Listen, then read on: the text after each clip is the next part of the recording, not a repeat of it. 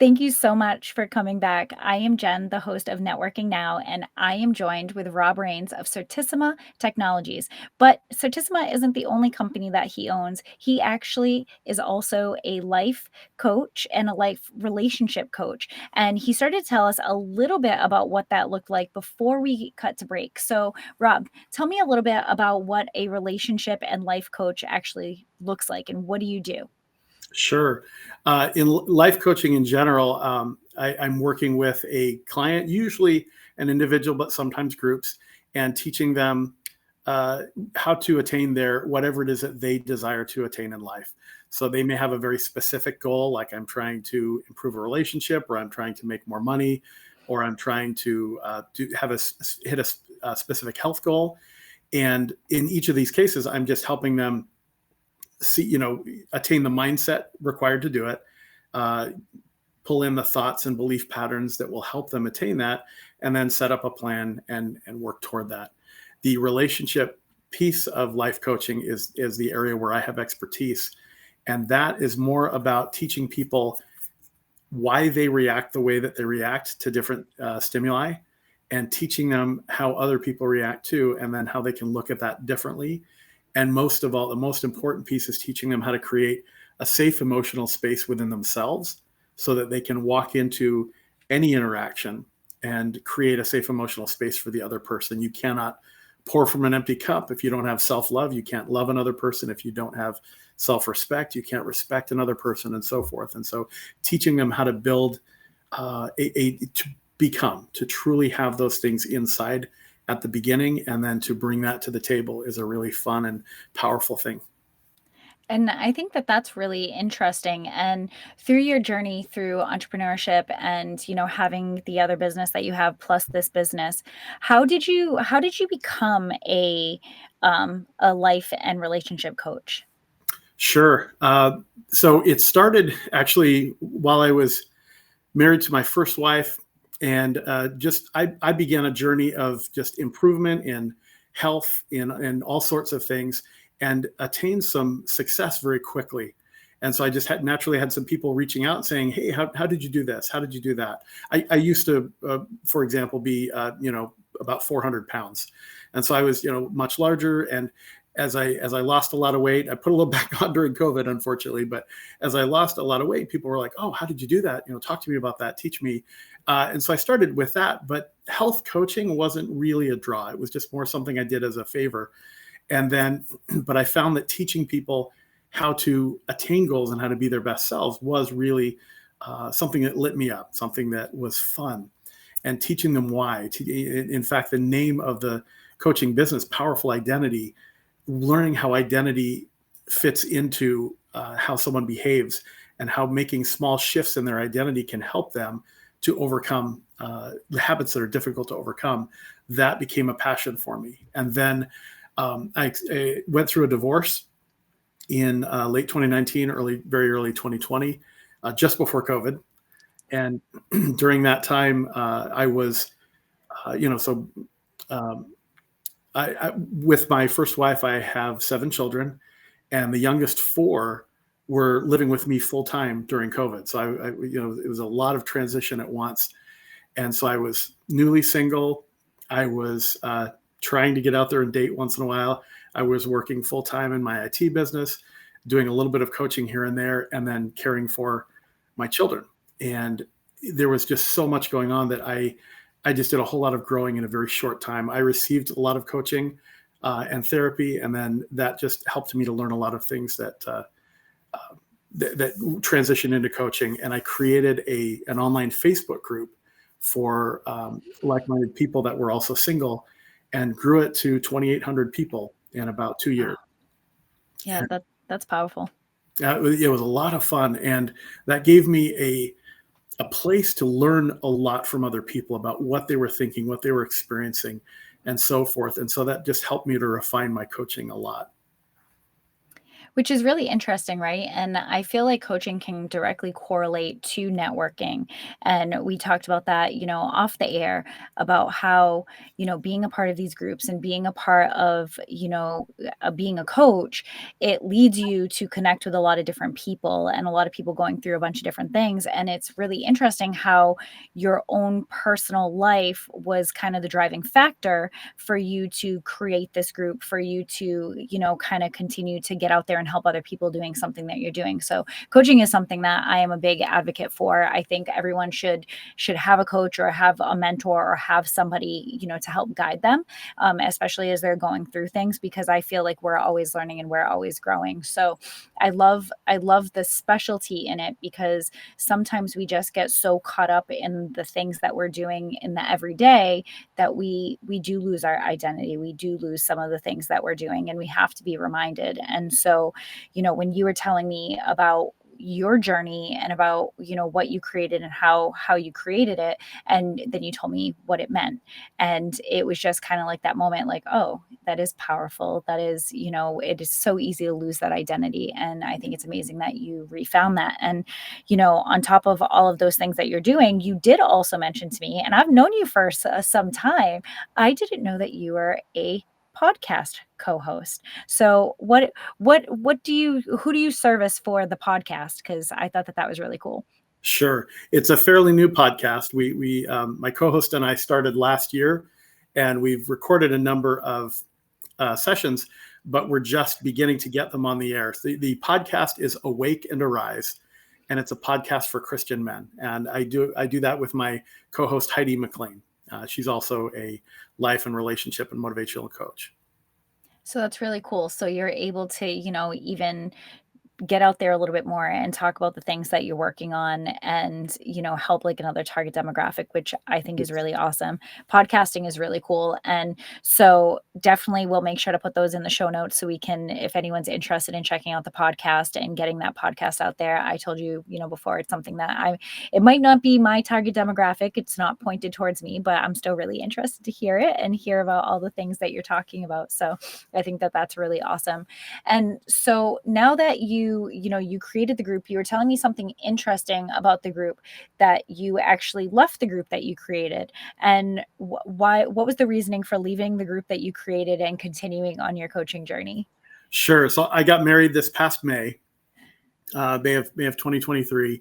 And so Congratulations. obviously, thank you so much. Obviously, getting engaged and married, I really no longer belonged in a group that was created for and exclusively for singles.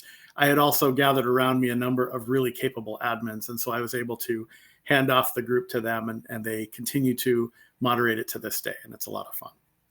I think that that's really awesome, and it allowed you to continue on the journey that you have created and continuing to grow and flourish through those businesses, which I think is really awesome.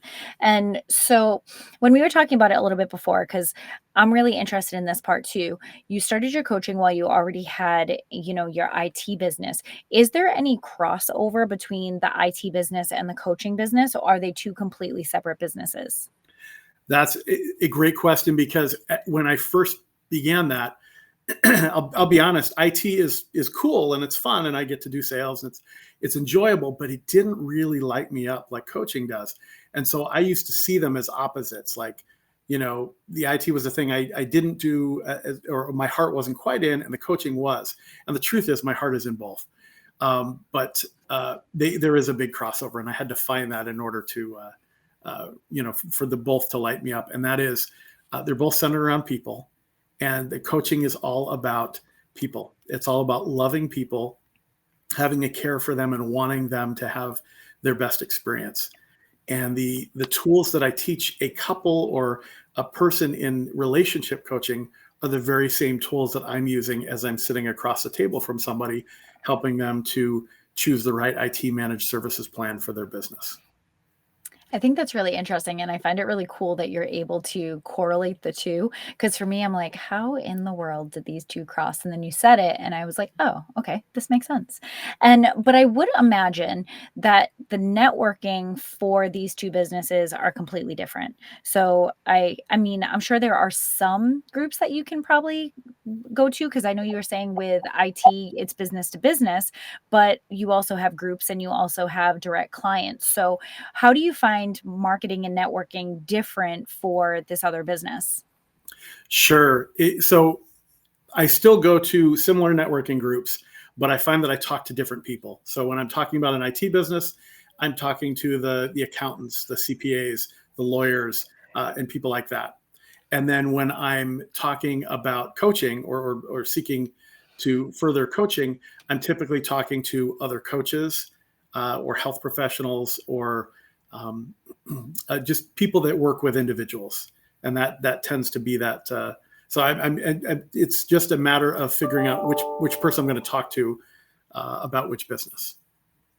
Oh, I like that, and, it's funny because my head didn't even go to talk to other coaches when I'm thinking, like, the relationship building. Now, as a coach myself, you would have thought that that would jump into my head, but it didn't, and as soon as you're like, "Oh, I talked to these other people," like, that just makes a lot of sense, so thanks for tying those 2 in. You bet. Because I think it's really important, and I think, when we're talking to other coaches, I tell people this all the time. I love pairing up and collaborating with other coaches and talking about, the clients that I'm looking for, the people that I'm working with, because all of us are so different, right? So I, as a person who, like myself, like I concentrate on business and life strategy, and yours is more on the relationship side. If I have someone coming to me and they're saying, this is what I'm looking for, I'm looking to work on the relationship so I can build the rest of my, my business or whatever. I need people that I can refer clients to if they're looking for something more targeted, right? Yes. Because I would be able to help them, but I also feel like that would do a disjustice if I didn't help find them that was, someone who is a little bit more qualified in the sense of that is what your specialty is. And so I really do love that. And for me, networking with other coaches is so important. And there are a lot of coaches that they don't like to play in that same sandbox, right? And I feel that that really isolates you and puts you in a place of, if you work with other people and you talk to other people who are also in a similar industry, it allows us to get more business and also work with our reputation, and I think that that's really important. I agree. And just again, speaking as a coach, putting on my coaching hat for a second, coaches that do that, coaches that say, I don't want to work with other coaches, I don't want to collaborate. Their mindset, if you look at that, there's an underlying fear. Mhm. Your success takes away from my success. That's the belief, right? Whether it's true or not, that's the belief, and that generates fear. And so now they subconsciously avoid situations where they're working with another coach. On the flip side, I seek coaches because I believe your success doesn't take away from my success. It can add Absolutely. to it. And your joy is my joy too. I want to see your success. I also, enjoy my success, and it doesn't. I don't like. We're not sharing a limited pie here. And so, collaborating with other people just creates, right. It's this very creative thing. And so those with a very limited mindset of lack and of very of limitation, they tend to they avoid those collaborations, so they end up losing opportunities, and therefore it's a self-fulfilling prophecy. They create their own lack. It's Whereas true, those who feel abundance and are willing to collaborate because that's just the way to do it, right? We're ever right? expanding and working with others. They tend to have more abundance flow in, and everyone just goes, "Oh, wow, they're really lucky." It's like, no, No, that's not luck. literally changing a thought. Right, and, I love that thought process for myself included. Collaboration is so important to me. Working with other people is so important to me. As a person who owns several businesses myself, it's important to work with other people who are also in the industry, and when we're networking, I've watched this shift over the past several years where there were other networking groups that we may or may not have mentioned, but other networking groups that are like, there's only one coach and there's only one insurance agent and there's only one of this. I understand the thought process of only having one of, but what if that one of doesn't fit everybody else? Right. And so opening that mindset of, it's okay to have more than one person. It's okay to network with other people, and watching that shift. And I think, especially since COVID, I've noticed a huge change. And like you said, abundance. I'm a firm believer that we all can sit at the top. There are millions of people in this world, and there's only one of us. So, how many people can we actually service on our own? So, when we change our mindset, I feel like everything else around us changes. And I think that that's so important. And I can't believe that was like the quickest segment. So, we are going to cut to commercial break. And when we come back, we're going to talk with Rob of Certissima Technology and also Powerful Identity, and talk a little bit more about networking and collaboration. Stay tuned.